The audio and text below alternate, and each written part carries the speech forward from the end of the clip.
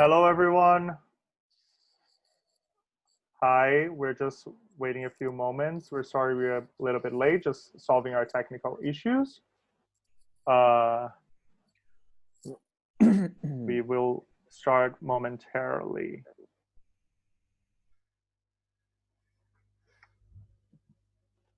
I will just ask everyone who is present here on Zoom to keep, please, your microphones off and cameras off. Just our panelists' mics on and camera on. So hello, everyone. I am Danilo Gambini. I will be your host for this panel. I am a director originally from São Paulo, Brazil, and I am the directing fellow at Rattlestick Theater. So this is our panel of international theater companies from Latin America. And this is a part of Global Forms Theater Festival, which is produced by Rattlestick Playwrights Theater and New York Theater Salon. It is a week-long theatrical celebration that is dedicated to international theater artists who live in the United States. It started Monday, and we will have events until this Sunday. And all events are free and open to the public, with the hope to remove the boundaries we create between each other. So this is our Latin American panel. And I just want to acknowledge that in this panel, we will be speaking in English, in Portuguese, and in Spanish. And we have me translating from Portuguese to English when needed, and Inez Brown, also director, translating from Spanish to English when needed. We also want to acknowledge that in Latin America, it is also spoken French and Dutch and hundreds of other indigenous languages like Quechua, Guarani, Aymara, Tupi, just to name a few. There are hundreds, and many of them are endangered now by the genocide of indigenous populations. So I want to just give voice to every one of our panelists just to introduce themselves briefly. So who wants to start?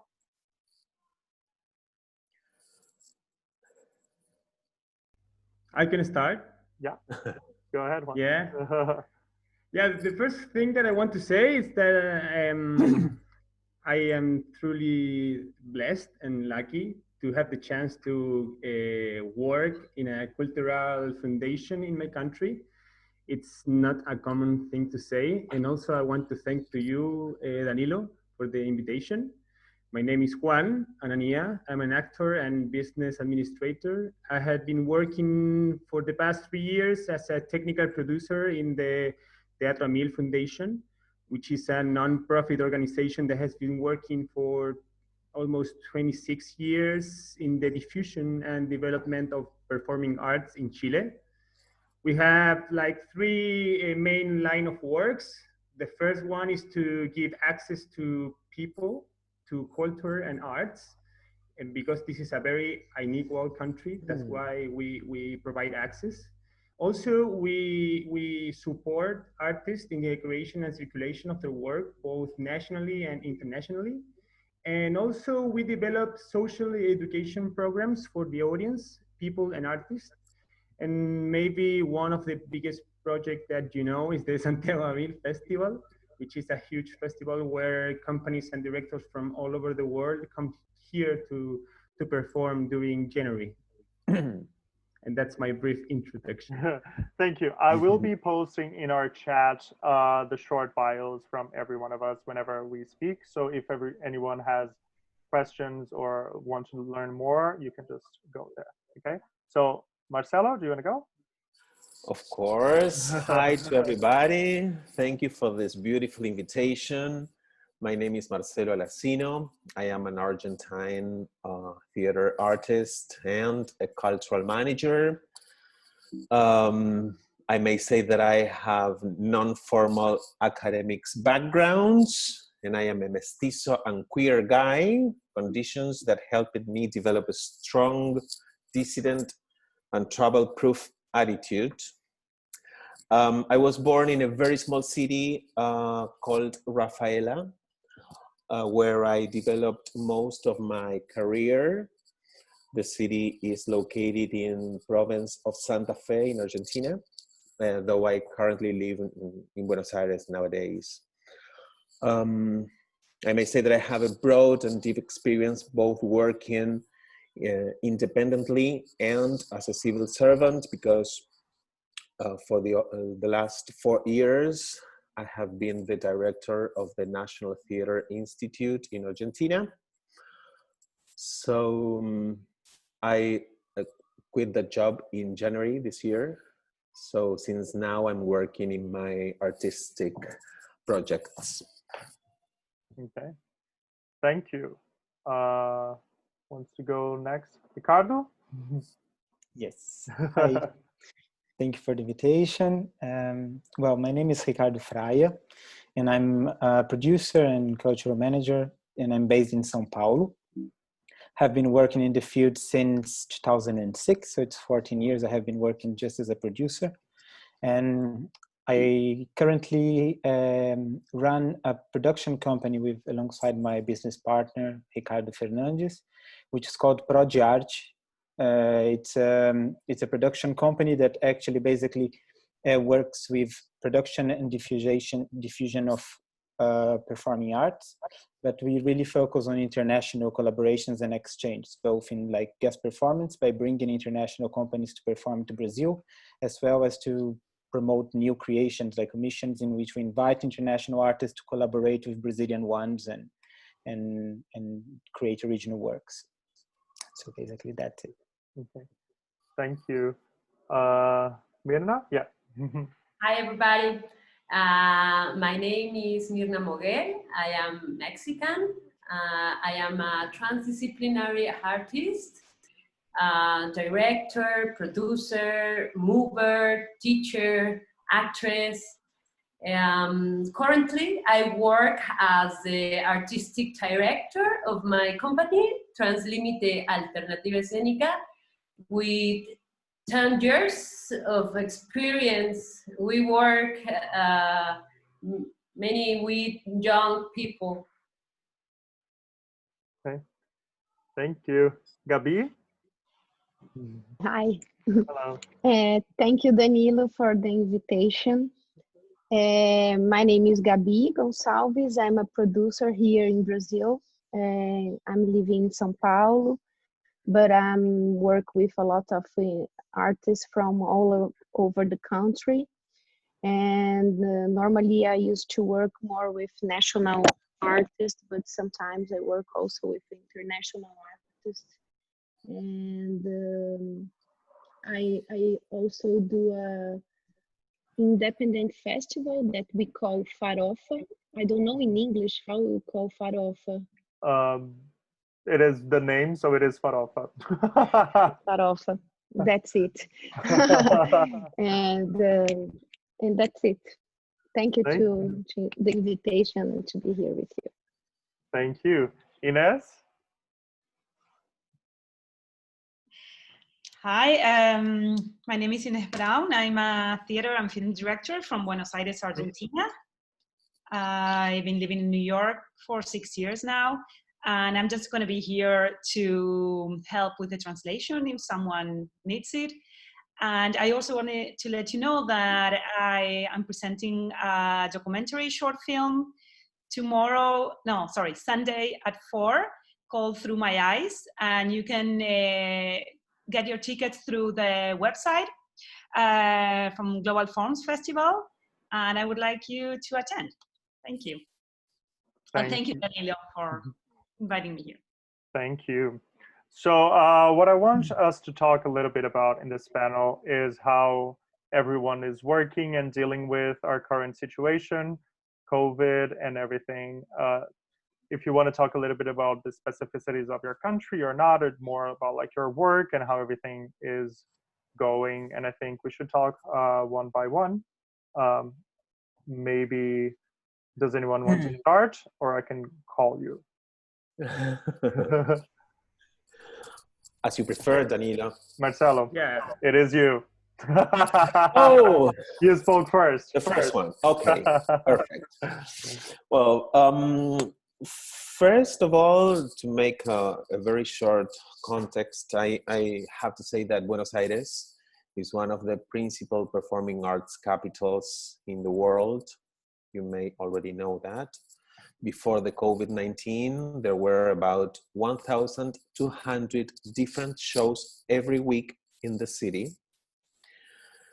And performing arts entail a prolific activity and can be divided in three very distinctive sectors: the state theater, the commercial theater, and the independent theater. As I already told you, I have a broad experience both working in the independent and the state sector. And after my appointment in the National Theatre Institute of Argentina, when it finished, I decided to go back to my creative work as an artist. And so I had plans to premiere my play La Tortuga, which would be the turtle, the tortoise. How do you say it? Yeah, the turtle, yeah. The turtle, okay. Mm-hmm. We were planning to premiere it in April this year in an independent venue here in Buenos Aires. This play is about a woman who is shut up at home to recover from a health condition, and she holds a video call with her best friend from school.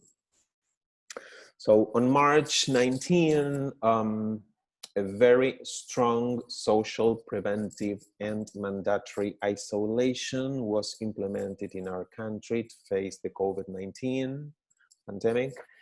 And our project, just as all the performing arts in the country, was immersed in uncertainty.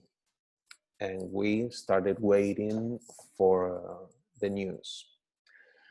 The first action of the theatrical community here was the streaming of performing arts shows. A huge wave of old and recent shows, archives, and recordings of a varied quality flooded the social networks. It seemed that there was no other option but to share audiovisual records of all existing shows to maintain the scenic expression alive in the collective unconsciousness, in the collective unconscious. And also, it was a way to generate some income, from the streaming through voluntary contributions that the audience started doing. But it was just that, you know, like sharing this recorded theater. Before this time, I have to say that to watch recorded theater was a rarity for the exclusive interest of those who are in the performing arts craft. It was not of the interest of the massive audiences. It used to be a possible tool when time or geographical distances made the live versions of a show impossible. The audiovisual record of a show allows an approach to the experience, although it obviously does not replace the live event that gives the theatrical expression its peculiarity. Though all these years, through all these years as a curator and programmer, I have seen hundreds of video recordings of shows for the purpose of choosing those I was interested in attending or programming, but I definitely wanted to see live. Theater has survived to all technology advances and has managed to achieve a productive dialogue with them, widening the access of more people and setting for centuries in the global collective imaginary. With the pandemic, the quarantine, and the confinement, the digital reality has become commonplace in our everyday lives as never before. Technology has set itself up as the only possible way to maintain an emotional and social bond, and the physical scenic expression for the very first time in the history of world culture has been impossible. The play I was about to premiere does not make any reflections on quarantine or the pandemic. It talks about undesired maternity. However, It uses technology as the scenic excuse to enable the inner monologue of the main character, who holds a video chat with a school friend, as I already said. At the beginning of the play, she says, "I never thought that a computer could be such a good company. As confinement forced us to delay the premiere, we decided to continue rehearsing by video call, and these characters' words became a mantra. The company came through the phone, the computer screen, the smart TV. In view of the impossibility to premiere the play in a physical theater, we realized that the feasibility to share so many months of work needed to find an alternative. We didn't want uncertainty and anger to win and justify inaction. So, as the plot of the play allows such possibility, we made a virtual version and decided to release it online and to plan a season of live shows. This way, we would maintain the beloved ritual of a unique and unrepeatable meeting while complying with the mandatory isolation and also taking advantage of technology. Once in our way, we thought our project could inspire others, so we created Teatro Wi-Fi, which is a virtual platform to share our play through live performances, open to other creators who wish to share their own plays. Since May 23rd, we have been offering live online shows. This first month, people from Argentina, Bolivia, Brazil, Chile, Colombia, Japan, Mexico, Panama, Uruguay, and the United States have attended our shows. We have made an open call for artists across the world and received almost 50 projects from different countries, a selection of which will be added to the program very soon. Teatro Wi-Fi is a highly moving experience. It enables the real live meeting of artists and audiences, facilitated by a Zoom meeting after the end of each show. This is a wholly self-managed project, and it is our wish to join efforts with other theaters and cultural managers with coincident points of view with whom synergy is possible. It is very clear for us that this does not replace the actual gathering, nor is the celebration that mobilizes millions of people in this theater capital in Latin America. But it is a possible way to survive this time, offering our work with love and dignity. While the performing arts prepare to receive artists and the public back to enjoy the magic ritual of encounter that has survived over the past 2,500 years, we believe it is essential to continue moving and thinking new ways and enabling new possibilities to overcome the present moment. The new global order encourages us to be more empathetic, and our actions move in that direction to help each other, to give each other a hand, to feel closer, and to build a better community. Thanks. Thank you so much, Marcelo. This was great. And yeah, I just want to echo what you said, that some people say, like, will theater survive this all? And it has survived, well, like 2,000 and like how much, 2,000 and a half, Yeah, 2,500 years more plus, I don't know. So we have survived a lot because there is this soul, what is it, like this, the ritual, the togetherness, the just sharing the space and sharing the energy and sharing the storytelling. And some say, right, sharing the same heartbeat. And this is something that is specific to our art form. And absolutely. we will survive. Yeah. But in Thank the you. meantime, In the meantime, we are just trying to figure out how to keep going, keep telling stories, right? This was great. Thank you. Great. Who wants to talk next? A little bit about their work. Yeah, I can go. Yeah. Thank you, Juan. Sorry, Mirna, do you want to go first? Okay. Okay. So myself and the foundation in which I work, we have always been working with performing arts in venues, but mostly in the streets, but live. And today we have this major crisis since crowds are forbidden. We already know.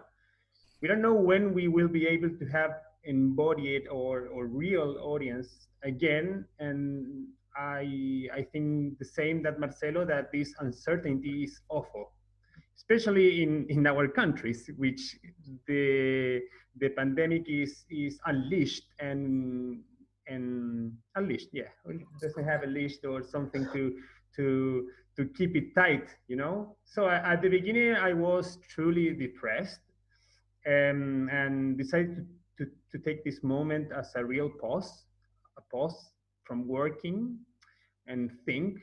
I work as a producer, so we are always working, and you receive one thing, and you don't know really when you receive from whom you received that information, and you have to deliver to another part, and this is like this movie of Charlie Chaplin.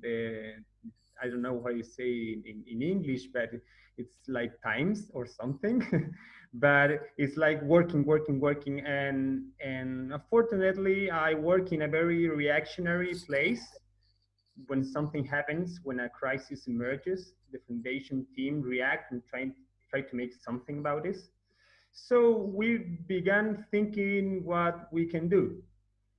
I don't know if you know, but in October in our country, we began a revolution, a revolutionary process, which is known as the social burst or estallido social. And it was a really spontaneous and massive outbreak of justice and rage to demand the government to be fair in social matters. And I say spontaneous not because it lacked of reasons to happen. It was spontaneous because it realized that there wasn't any coordinated head or political party that made this happen. Even though the government that owns the media tried to install that this movement was a Cuban, Venezuelan, Russian movement from the communists, but it's like a joke. But I don't want to expand to this social burst issue, but it begins in October, and the festival was in jeopardy. We didn't knew for sure if we could do it. The government suspended all major international events like Lollapalooza, APEC, Formula E, and many other events. And it was internationally installed that coming to Chile was a risk. That's why we had to suspend a lot of shows on December and tell international companies to not to come here. And with all the difficulties, we managed to have a great but challenging festival. And I really hope that the audience enjoyed all the shows that we did. Having that as a context, we were dragging a crisis with us. We couldn't make so many shows in January, and in March, like the 17th of March was the last show that we as a foundation present. So what we can do? The first response was to make dramatized lectures. Okay, I don't know if this is it's correct in English, lecturas dramatizadas. And we began, Ines? Readings. Readings, yeah, okay. So we began using the Zoom meeting interface, which is created for meetings. So it's very stiff and plain and ugly. So I looked into the internet and I found this software called OBS, and then it began like a marriage. And I can show you what we can do. Are you looking at my screen? It's Danilo and Ines that I copied. And so we began with this process, and I started to join rehearsals with the companies and trying to provide solutions for the needs. I want to show you an example that I made of this process. I'm going to keep my camera below. So maybe you can switch to speakers view, so you can see my image bigger. Yes. So I began rehearsing with companies and trying to provide solutions to their needs. They say, for example, it would be great if you can have only one actor saying that text. Can you do it? And I said, I can try. So I run to the internet and start looking some tutorials. If you want to learn about this program, you can watch some tutorials. I really recommend the tutorials from the church. I'm not Christian at all, but the tutorials from the church broadcastings are great. So, and then I have another rehearsal, and someone say, "Hey, can you play a track in this part?" And they say, "Okay, let me see." And every request there, I was looking for tutorials and forums and trying to solve. And every company wanted to have more rehearsals and have more time to explore and trying to do better things to improve their reading, to improve their computer, to put a lamp. And suddenly the thing that was like reading, which is very simple, began to be like shows, like real shows. And about the thing that Marcelo said of the ritual, one of the most beautiful things was that minutes before to begin these streamings, this ritual magically appeared. We were inside these meetings, anxious and nervous and happy, and say, "Oh, it's great to be back." And I think that no matter the format in which we present our work, or the amount of people watching, or the technical complexity, or the aesthetics, at the beginning, our work is made by a bunch of anxious, nervous, and happy people trying to overcome a conflict and organize to deliver a message, whatever the message it is. Thank you. Thank you, Juan. This is incredible. And also later on, I'm gonna put everyone's bios on also our Facebook streaming. So then, if anyone who's watching us and is not on our Zoom call can reach out to any one of you, more questions or any connections.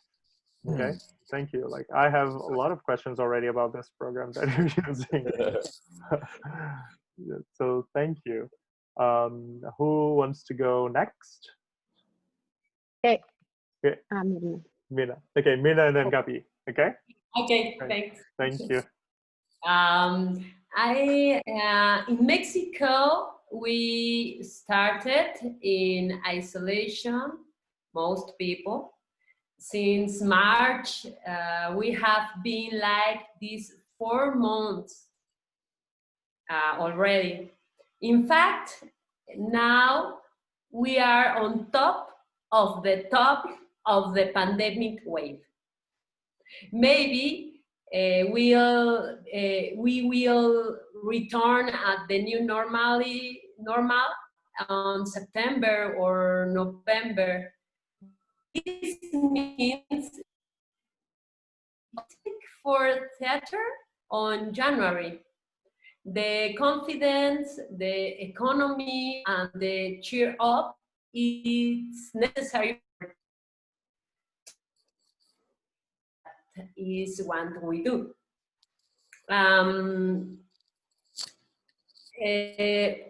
Mexico has a lot of governmental instances to support art and artists, but we are more than 100 million inhabitants, and just in Mexico City, more than 500,000 inhabitants.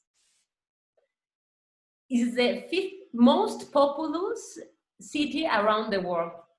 The demand is huge. Support is not enough and the opportunities are low. Having that, we as a company choose self-management. And we are creating strategies, the space to support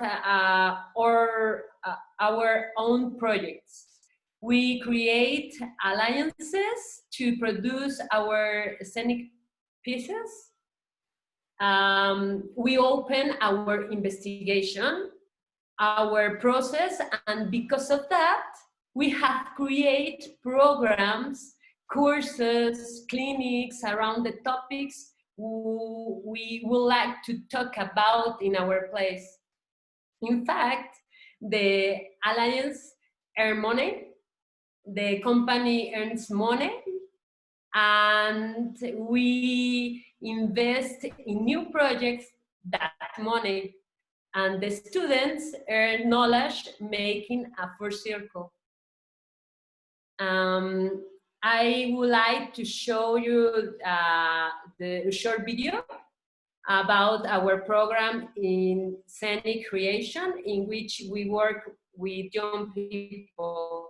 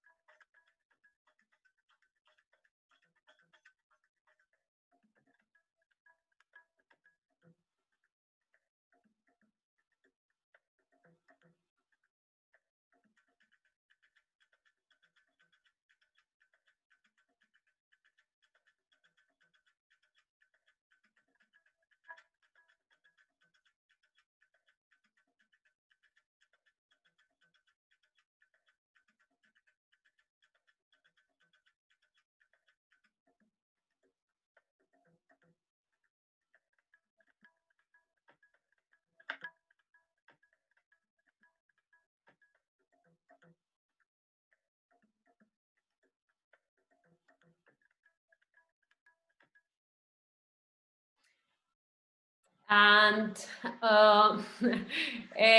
we, okay,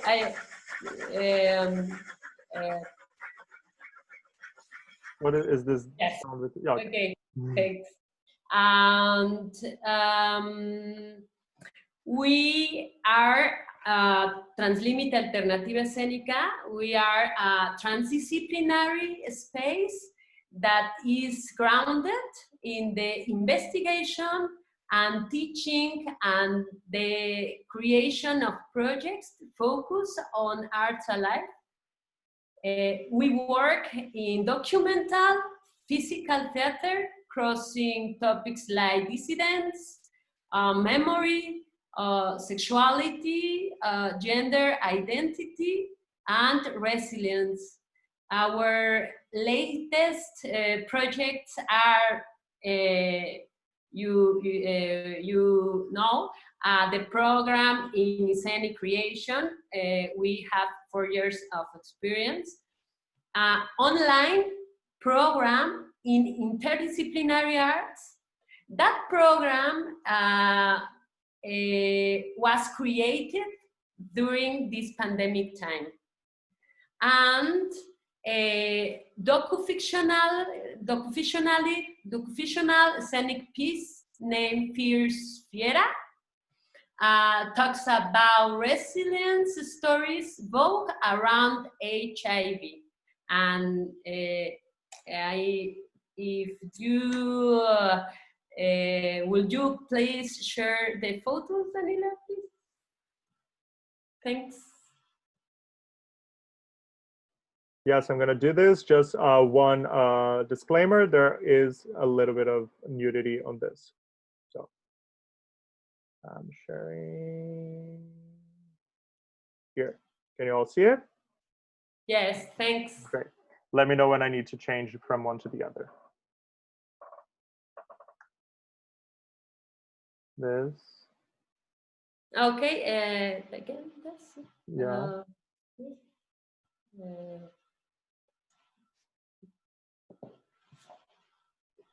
Again. Thanks.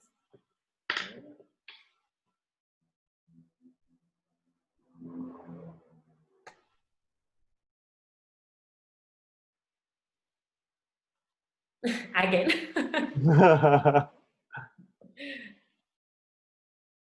Again. This looks incredible. Thanks. Again. Sí, qué lindo.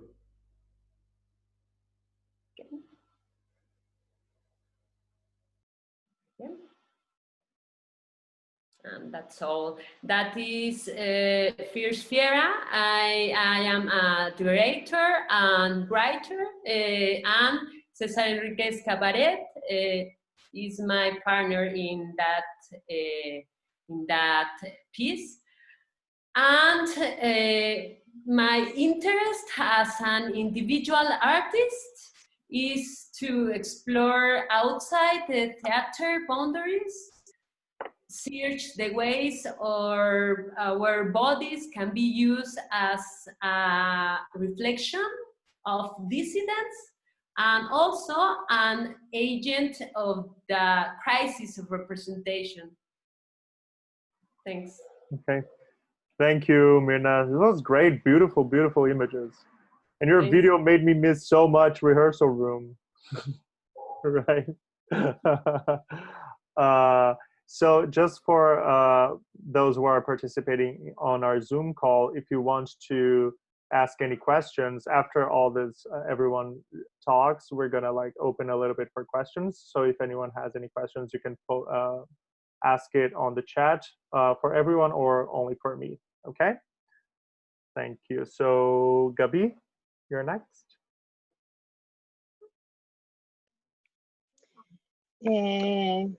Bom, então eu vou falar português, né? I'm gonna speak in Portuguese. Eu queria começar dizendo que eu vou falar do meu lugar de mulher branca e privilegiada, então tudo que eu vou falar tem que ser passado por esse filtro. Okay, I want to start talking from my place of speech, which is a privileged white woman. So everything that I say must be taken into consideration through this filter. Porque o Brasil é muito grande e tem diversas diferenças de classe, né, muitos preconceitos com relação a gênero, cor, raça.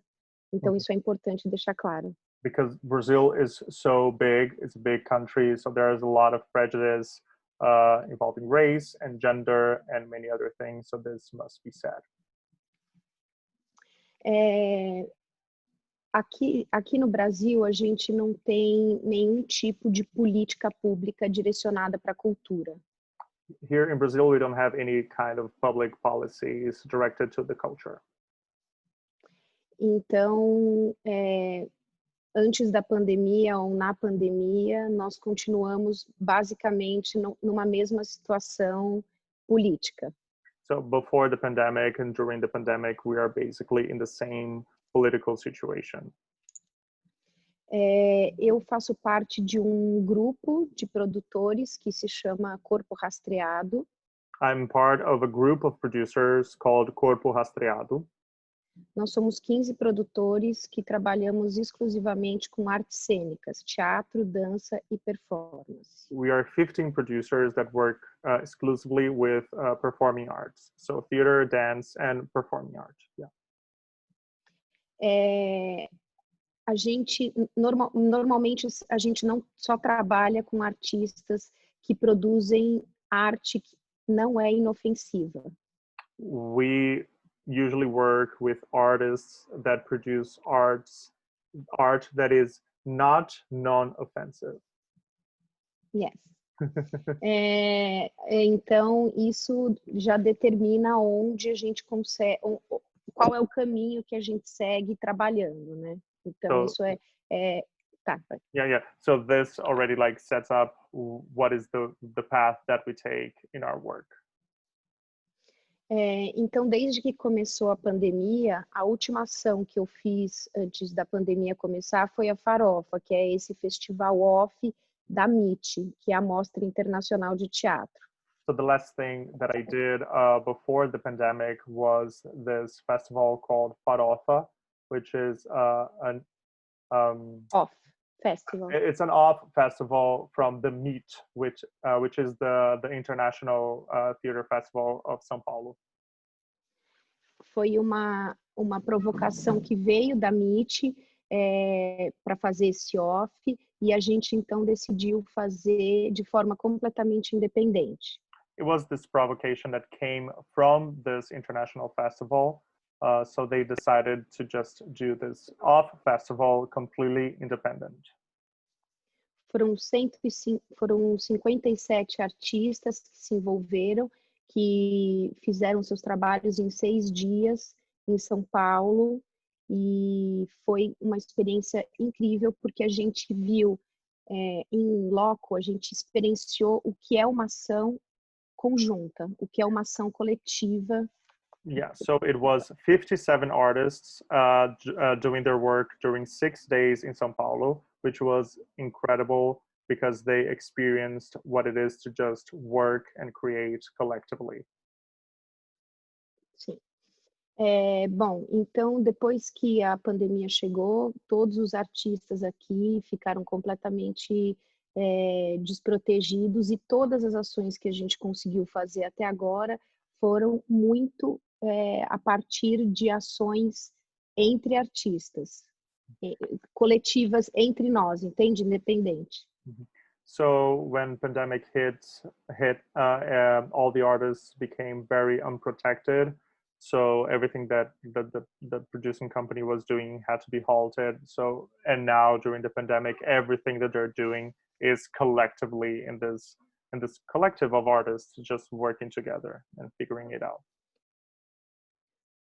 Lá na Corpo, a gente trabalha com mais ou menos 60 artistas, e o que a gente mais tem tentado fazer durante a pandemia é olhar para o trabalho desses artistas de uma outra maneira.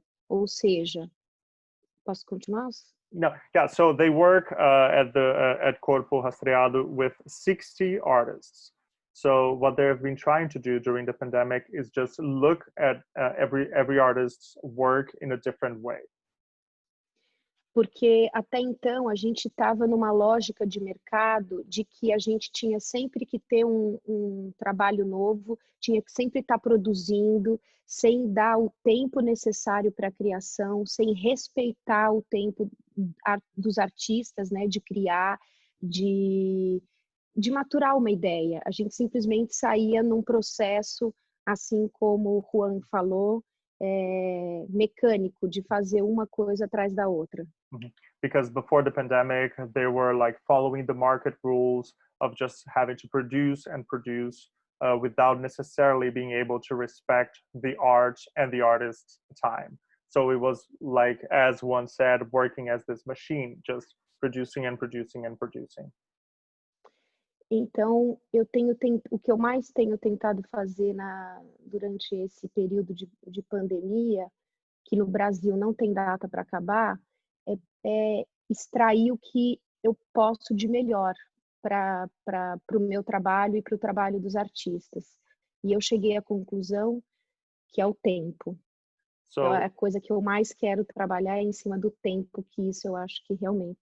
Desculpa. No, yeah. So what I've been trying to do during the pandemic is to give the artist what I think is the most important and work with them what I think is the most important aspect, which is time. Like, we don't know in Brazil when this pandemic will end, of course, like anywhere, but Brazil is in a difficult place right now. So what I'm working now is time. E trabalhar com o tempo tem significado para mim, junto com os artistas, olhar para o trabalho deles, entender o que a trajetória, o percurso dos artistas e encontrar meios de trazer isso a público de uma maneira mais não quero usar essa palavra, de uma maneira mais respeitosa, ou seja, dar o tempo das pessoas conhecerem o que os artistas realmente produzem, porque muitas vezes a gente não dá esse tempo para eles, o mercado não dá. So how I'm working with time with the artists is just looking at them, looking at their art in a way that feels more respectful of how they create, and in a way that sometimes probably the market doesn't respect their time to create, and how long does it take for everything to happen. E então isso, e a rede, né, a internet, esses mecanismos de trabalho que me ajudaram a encontrar isso. Curiosamente, me ajudaram a chegar nessa conclusão. And curiously, the internet and this net was what helped me get to this conclusion. Então, basicamente é isso. E eu digo muito outro aspecto que me fez chegar nessa questão do tempo é que eu tenho uma paixão pelas plantas. So another aspect that got me to this concept of working with time is because I have this passion for plants. Por isso que elas estão aqui atrás de mim e não a estante de livros.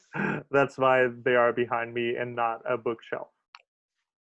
Então eu queria só terminar lendo uma parte de um livro que eu gosto muito e que eu acho que consegue dar uma síntese do que para mim é importante, que é o tempo. Uma organização não centralizada e okay, let me just I want to finalize this just reading like a bit of a book that talks about important things to me, which is time, a non-centralized organization, and respeito. And respect. Posso ler? Você pode ler depois. Você vai, tá bom. Depois eu tá. Tá bom. É assim. As plantas para utilizarem os recursos do meio ambiente de forma eficiente, se valem, entre outras coisas, de uma rede de raízes refinadas, constituída por ápices que se desenvolvem de forma contínua e exploram ativamente o solo. Não é por acaso que a internet, o próprio símbolo da modernidade, é construída na forma de rede de raízes. Quando se trata de força e inovação, nada se iguala às plantas. Graças à evolução que as levou a desenvolver soluções muito diferentes daquelas encontradas pelos animais, elas são, deste ponto de vista, organismos muito mais modernos. Seria bom se levássemos isso em conta quando formos projetar o futuro, não? Obrigada. So, plants. To use the resources of the environment efficiently, make use, among other things, of a refined network of roots constituted by peaks that develop continuously and actively explore the soil. It is no accident that the internet, the very symbol of modernity, is built in the form of a network of roots. When it comes to strength and innovation, nothing matches plants. Thanks to evolution, which led them to develop solutions very different from those found by animals, they are, from this point of view, much more modern organisms. It would be good to take this into account when designing our future, right? So I'm going to post this in English on our chat. And thank you, Gabi. And this is from Plant Revolution by Stefano Mancuso. I'm going to put it on the chat too. Oh, look at this. Thank you, Gabi. Now, Ricardo. So, well, from my perspective, what I said before, that like I'm in front of a production company that actually works quite often with the international exchange. So that brings to the issue a second element, because of course everybody's in the same situation worldwide, then waiting to see how it's going to be this early return of that system of how gathering together and performing arts are going to happen. But whenever you have the international aspect included, like that depends on transit of people from one continent and one country to the other, I think that makes the things even more like dubious of how it's going to become. And also you have to think on the point that like all the countries now, they are having to look at their own systems in a kind of centered way. Of course, like we cannot like think about funding or getting budget for big international projects whenever we have to support the local community. So when it comes to mind that like basically like all the past years, we have been, of course, working with a lot of people from the local scene in Brazil, but our office had always been having this phase of like also collaborating and actually working with international artists, put me really a question mark of how it's going to be at least the upcoming months. That's like, that take us to the next year at least. As Gabi said, like in terms of public funding here in Brazil is very complicated in terms of have always been for arts project, especially when you think of having international collaborations get even more complicated, because of course you cannot just like apply for public funding with international names. But of course we have some other institutions and organizations that have been historically like really like working with different phases, and I would like just quote one that probably many of you know, that's SESC. SESC is for the ones that doesn't know, is an institution that's part of a system that's called System S, which is a private organization that basically is supported by the money that like the taxes that people that work for the commerce and industry, for instance, they pay. And the System S is a body of different institutions which provide professional training, but also access to leisure and culture, both for the trade workers that like contribute, but also for the population in general.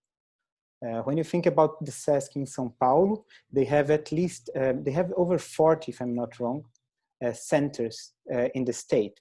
And I suppose like probably half of these, they are in the city of São Paulo.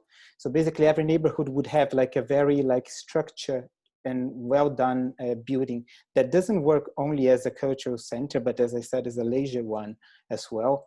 But all of them would have like an exhibition space and a theater space, and basically that have been a very good partner we have. So basically when you think about international collaborations, we're thinking about 90% of the projects. And if you think about any artist that live in São Paulo in theater, dance, music, you can ask, they probably going to have performed or been in one of the SESC theaters, because you cannot be an artist without being passing by SESCs in general. So we work very often with SESC and international collaborators. So if you're doing a German production, would be with the Goethe Institute or some other kind of international institution, or like whatever, like depends on the country, would have these collaborations. And the big issue now is to think how that's going to be in the near future, how this kind of collaborations are going to take place.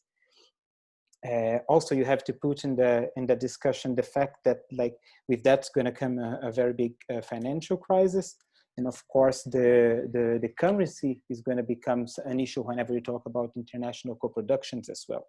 So, for example, how do you plan something that like is going to be part of it paid in dollars or in euros, and you have no idea how it's going to be the dollar or the euros in the next couple of months? So that's something that like as an independent production company, we don't run a festival that has a fixed funding or has a fixed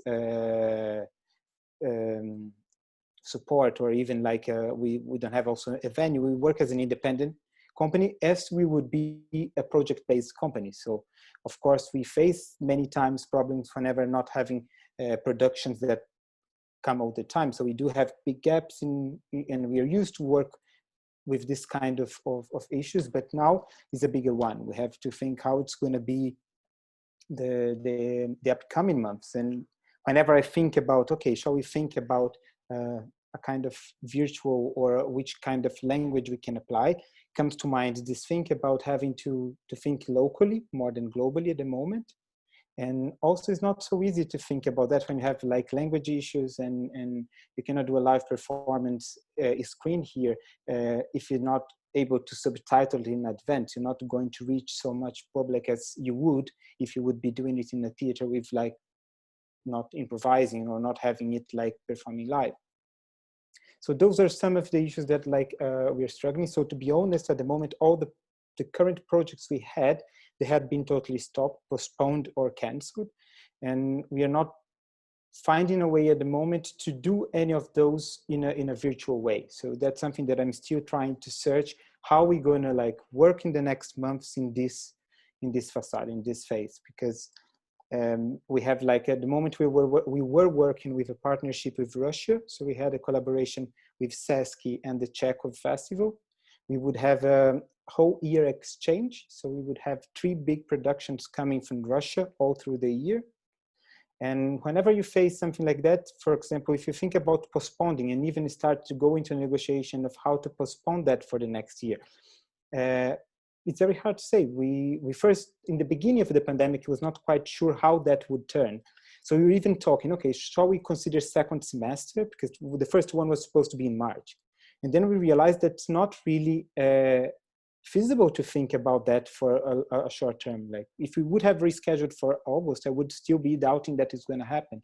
So things were kind of postponed for an open date or canceling for good. So it's hard to say at the moment how we're going to reestablish that connection and how we're going to do it. But at the same time, it's a problem that everybody's facing. So it's not an isolated problem that you have to think like if it would be a Brazilian problem. Of course, we have some layers that are increasing. We are in a worse situation in many other countries that are having like, that are knowing how to deal with the pandemic in another way.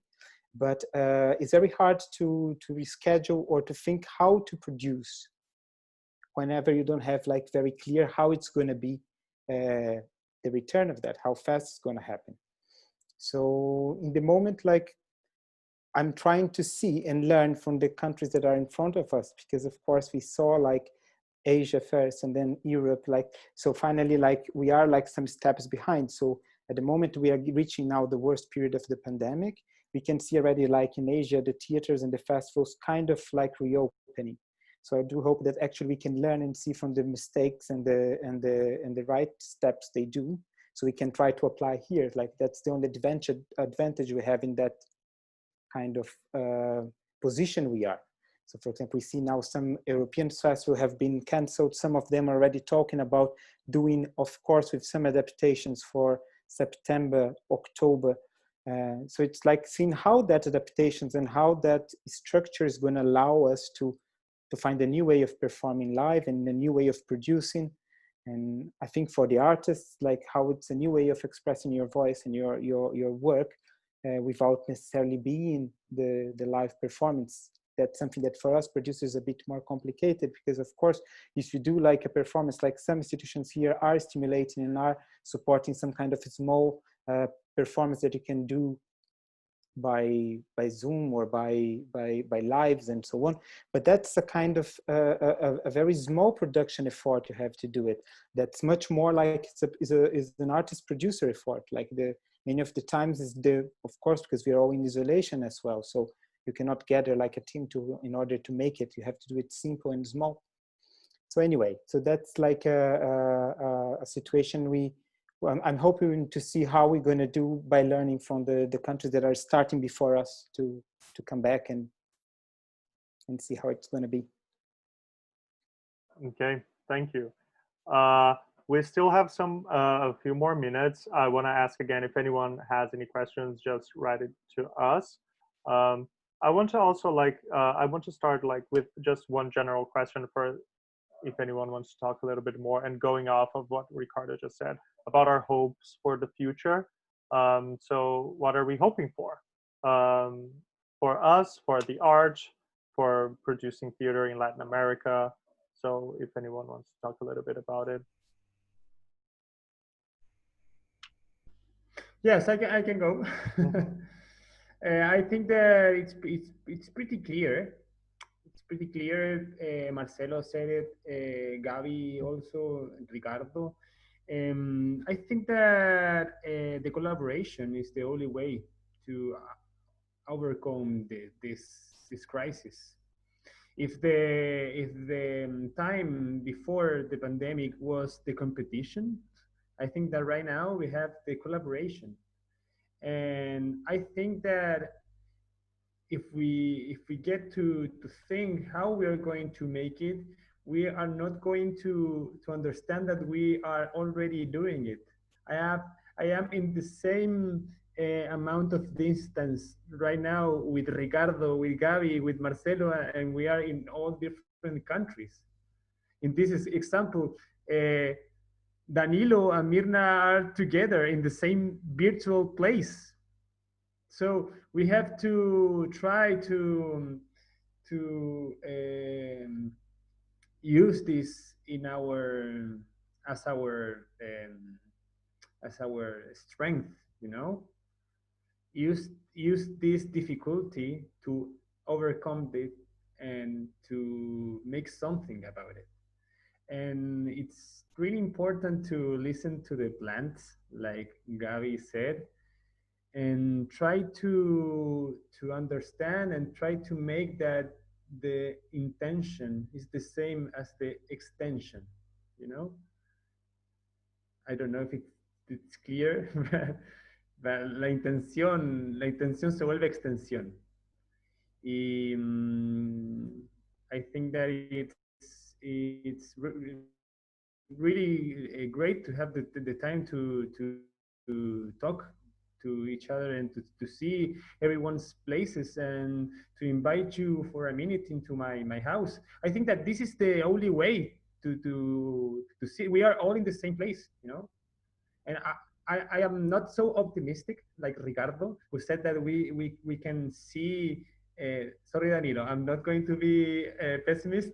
I'm going to, but as Ricardo said, we are in Chile, and the pandemic arrived in 3 months after it arrived into Germany or into Spain.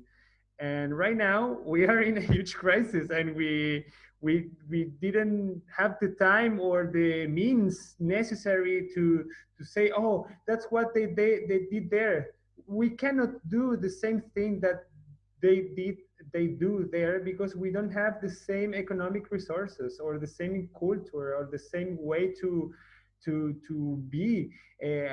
I'm really stuck with the plants and the analysis of Gaby.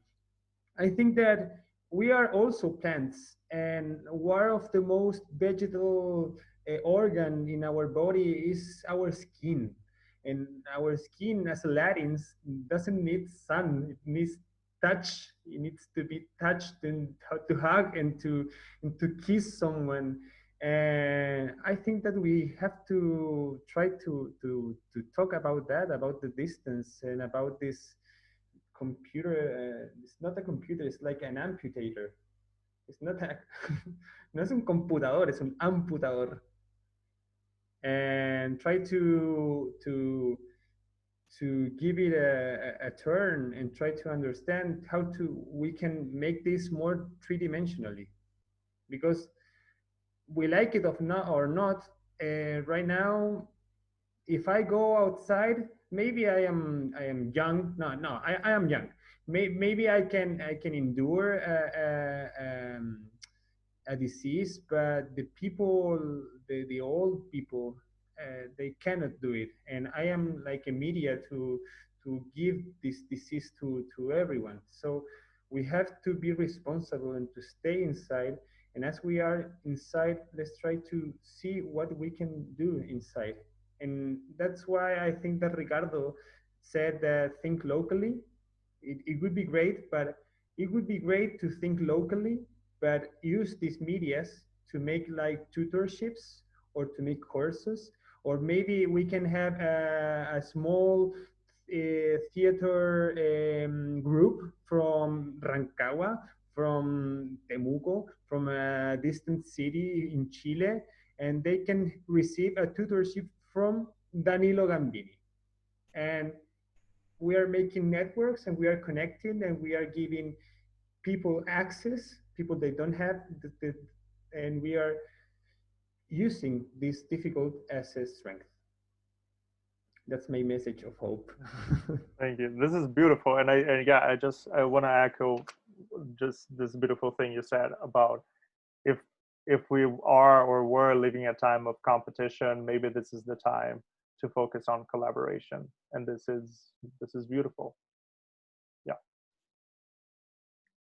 Yeah, I want to mention something also inspired by what Juan just said, the collaboration thing. I happened to collaborate it very briefly for this short film that I'm presenting on Sunday with one of the artists. We actually met at the park and we collaborated with, social distancing and masks, but still we were there in the same place collaborating.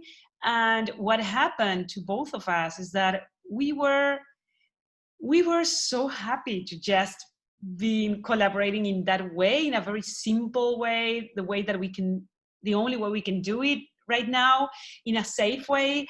And it was just so incredible for us to be doing that, I don't know, it was emotional because we take for granted sometimes collaboration. We take it for granted because we are constantly collaborating, because we are artists and we work in theater. We're not like, a pianist in a concert. So we are collaborating constantly.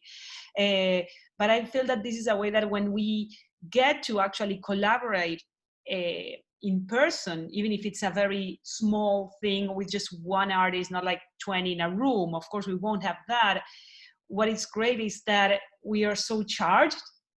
We are so charged because we are meant to collaborate.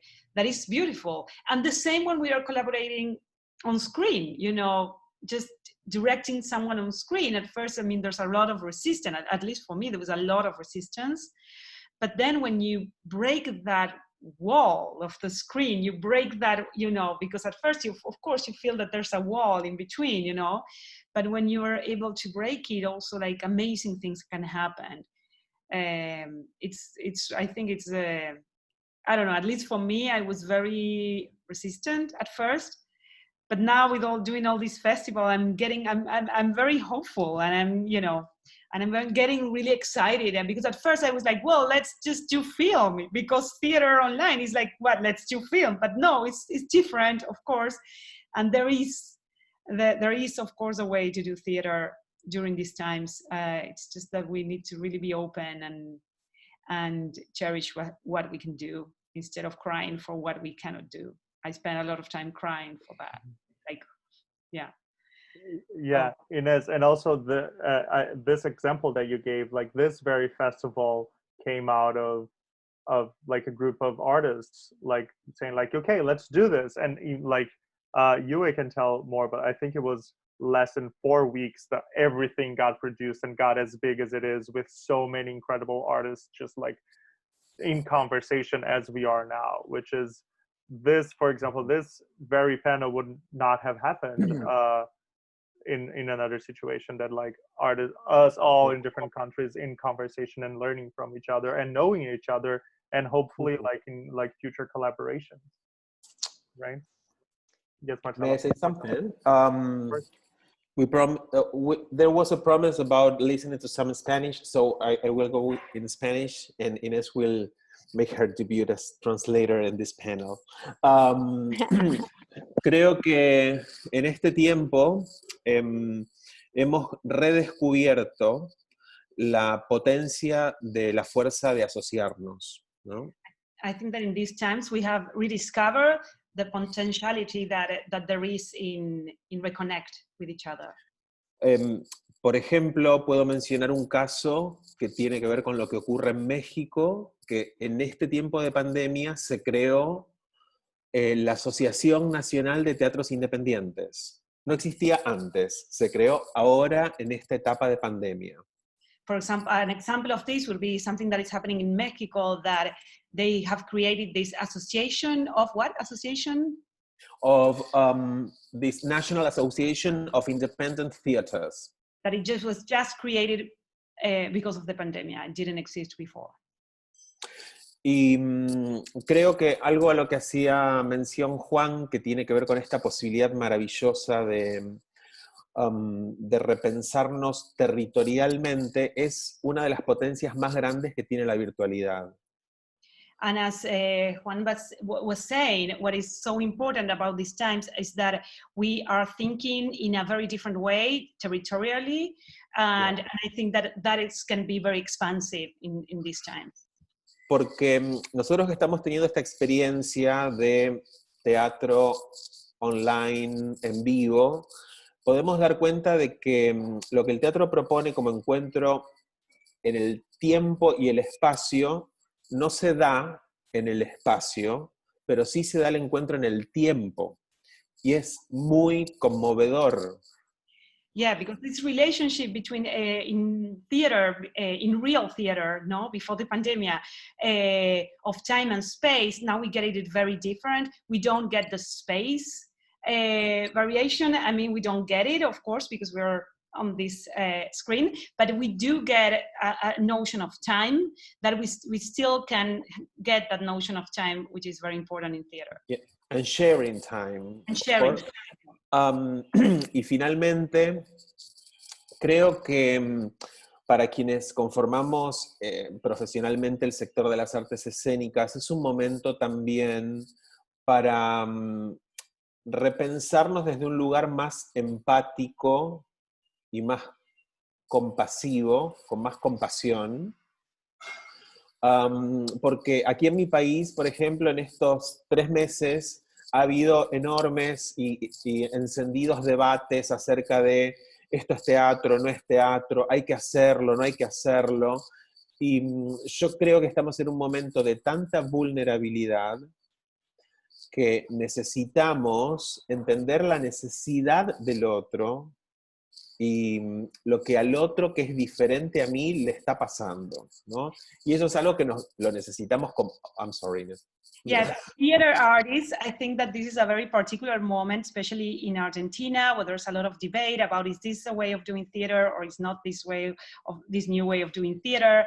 What is very important is to nurture our capacity of empathy and compassion and understand really what the other needs. So we can, because this is a moment of a lot of vulnerability for us theater people and for everyone, of course, it's a great moment to really rediscover also the connection between empathy and compassion and what do others need from me and what can I give to them. Yeah, that's it. Thank you, Inés. Posso falar, Danilo, um minutinho? Sure. Eu concordo totalmente com o que os meninos falaram. I absolutely agree with what they just said. E eu me sinto otimista para o futuro, porque eu sinto que eu tô ganhando. Nós estamos no momento de muita perda. Eu sinto que tem coisas que eu tô ganhando. I feel very optimistic about the future because in this moment with so many losses, I feel that I'm also gaining a lot. Eu estou aprendendo outros jeitos de me comunicar. Eu me sinto mais curiosa para conhecer. I'm learning new ways of communication and I'm feeling more curious to know. Isso. E eu, por exemplo, eu vou dar um exemplo. As an example. Por exemplo, aqui o Brasil é muito grande, são muitos artistas de diversos lugares do país, né? E, por exemplo, fazendo uma live de uma atriz que trabalha de uma atriz travesti que trabalha com a gente outro dia. So Brazil it's huge. So as one example, doing a live performance with an actor that works for us who is a transgender. Travesti, eu acho que não tem tradução. Yeah, it is. This word in Portuguese is the translation is transvestite, but it's not. It doesn't translate directly. I'm just gonna make a little note because in Brazil, to use travesti is a political statement because of them being very marginalized and only. Having so few opportunities and also mostly being pushed to sex work. So this term in Portuguese in Brazil has been reclaimed as a political term. So this actor is a transvestite. Eu tive a oportunidade nessa live de conhecer um artista de Natal chamado Franco Fonseca, que é um artista que trabalha com a temática do HIV, que quase não se fala no Brasil. So I had this opportunity to work with this artist from Natal, from northeastern Brazil, called Franco Fonseca, that works with the theme of HIV, which is something that is not frequently talked about in Brazil. And Mina also did this today. Yeah. E a gente, então isso é algo que a minha pelo menos abertura para a web, para a rede, me fez ter essa oportunidade de conhecer esse artista. So this my opening to this web, to the internet, gave me the opportunity to start working with this artist. E para terminar, tem algumas o povo Yanomami, eles têm algumas máximas, são muitas, né? Modos de ver e de conduzir a vida, políticas, né? Que então são sustentabilidade, descentralização e compartilhar. Então, de novo, acho que a gente... Okay, yeah. Okay, so there's this peoples, the Yanomami. Are they from the Amazon, Gaby? Yanomami?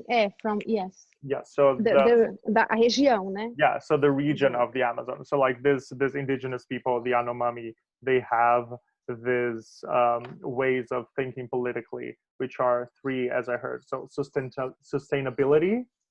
What is the second? I'm sorry. Descentralização, So, sustainability, decentralization, and compartilhamento. and, Compartilhar. and sharing. So sustainability, decentralization, and sharing as ways of living.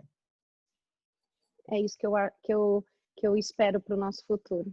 So beautiful, thank you. So this is what I hope for our future. And I hope I was able to speak correctly about all the terms. Yes, Mirna? Yes, I think that the theater, as well as the other life arts, will exist forever as long as humanity exists.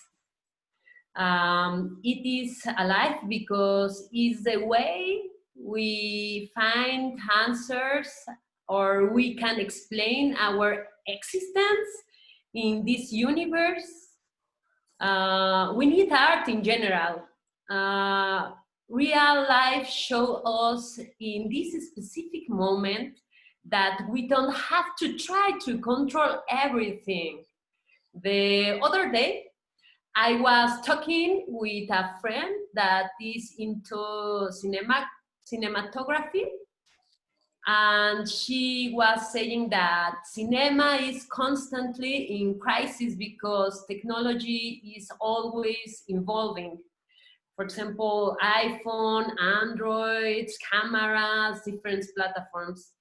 And now it's time for the theater to go through a crisis that will help us find new ways, ask new questions, dialogue with people from other disciplines. In Translimite, we better create alliances, generate networks, and prove other ways to create art. Now is our time to understand the world's adaptation and be open, live and flow.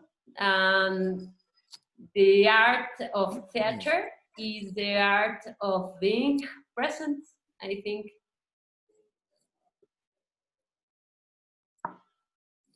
Thank you. Thank you so much. Ricardo, do you wanna, yeah?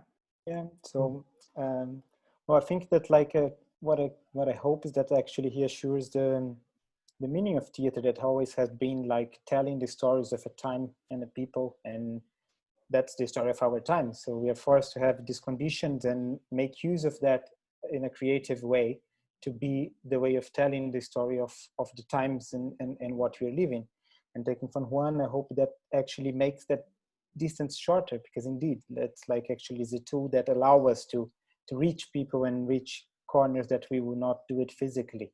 So I can hope for more collaborations and better collaborations due to the facilities that this difficult moment can bring by the means of technology and look in the moment in another way.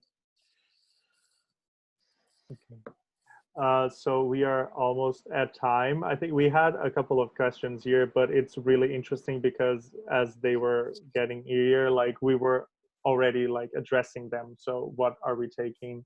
What are we learning for? And we're gonna take it with us, and about what it is to exist in theater in this virtual space. So does anyone have any last remarks before we end this? So I just want to say thank you so much, all of you, for being in this panel. This was incredible, very inspiring. I feel charged now. So thank you so much, Gaby, Mirna, Juan, and Marcelo, and Ricardo, and Ines. Thank you so much. And thank you all, everyone who was watching and participating in our Zoom call. Okay, so our festival goes until Sunday. So please check the website. I will post it here in a second. I will post our link for you to check. And Ines, you also have one you have your work happening, right?